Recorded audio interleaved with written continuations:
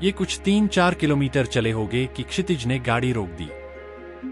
समीक्षा कुछ पूछती उससे पहले ही वह अपनी तरफ का दरवाजा खोलकर बाहर था। तुम क्या कर रहे हो? क्षितिज गाड़ी के सामने से घूमकर उसके दरवाजे पर झुका। शिफ्ट। समीक्षा असमंजस में सरकी। क्षितिज ने उसकी जगह ली। चलो आज तुम कोशिश करो। किस चीज की कोशिश? ड्राइव करने की। What? आंखों के साथ उसका मुंह भी खुल गया। मैं नहीं। तुम जानते हो कि मैं ये नहीं कर सकती। अरे तो वही तो सीखना है ना। मुझे ऐसी वाइफ नहीं चाहिए जिसे गाड़ी चलानी तक ना आती हो। Now start.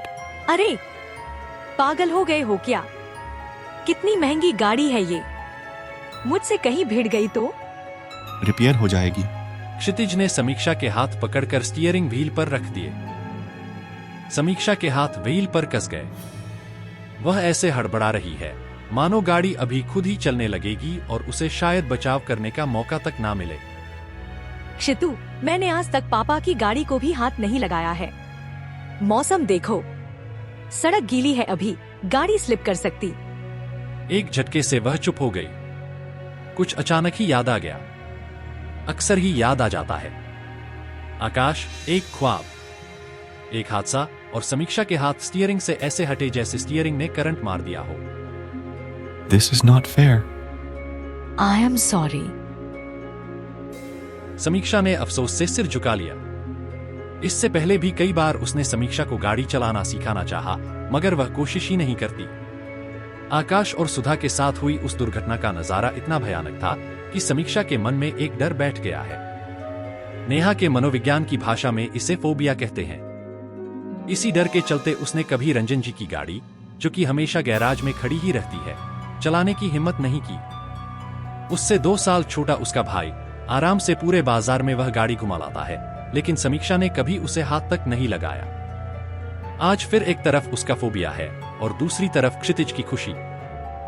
समीक्षा को तो ठीक से याद तक नहीं कि पिछले 3 सालों में उसने कितनी बार इस बात को लेकर क्षितिज को नाराज किया होगा।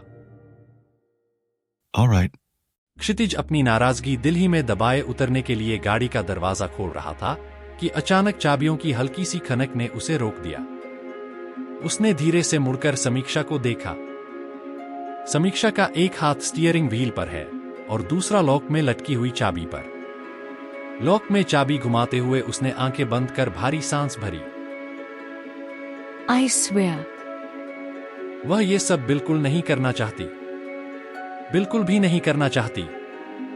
मगर वहां एक मुस्कुराहट के साथ क्षितिज की एक भौंह उठ गई। गुड। हाथों को मलते हुए वह आगे को आया। अब क्लच। उसने नीचे देखा। समीक्षा के पैर पहले ही ब्रेक और क्लच पैडल पर है। वह उसी भंगिमा में ठहर गया। Okay, all right. समीक्षा सब कुछ अपने आप कर रही है और चेहरा इस तरह खामोश है मानो उसे भी नहीं पता था कि गाड़ी ऐसे ही चलाई जाती है। गाड़ी गियर में डालने तक क्षितिज चुपचाप उसे देखता रहा।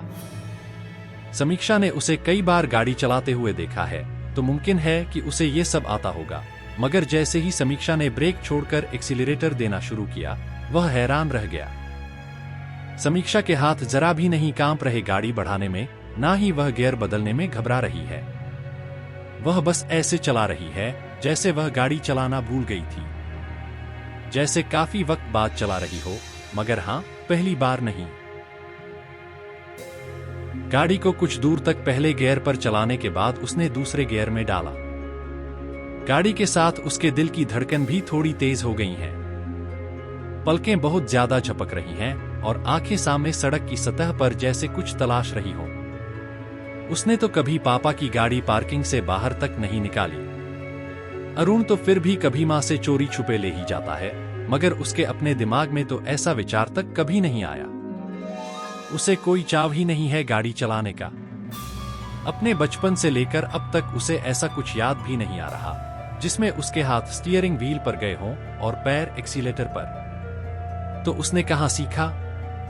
क्या ये आकाश और सुधा के सपनों का कमाल हो सकता है? आकाश भी अक्सर गाड़ी चलाता था, लेकिन वह मॉडल तो बहुत पुराना था और हो सकता है कि उस गाड़ी को चलाने के फंक्शन भी अलग हों। वैसे भी ये कहाँ मुमकिन है कि कोई ख्वाबों में ही गाड़ी चलाना सीख जाए। उसने इस विचार को किनारे कर दिया। सच यही है कि क्षितिज हर दूसरे दिन उसे मिलने आता है और वह हर दूसरे दिन उसे गाड़ी चलाते देखती है। कहीं ना कहीं उसके दिमाग ने गाड़ी चलाने को लेकर जानकारियां जमा की और आज वह उसी जानकारी की बदौलत गाड़ी चला रही है। वह खुद ही अपने सवालों के जवाब दिए जा रही थी कि गाड़ी एक गहरे मोड़ तक आ गई। हड़बड़ाकर उसने ब्रेक दबा दिए। गाड़ी एक झटके से रुकी।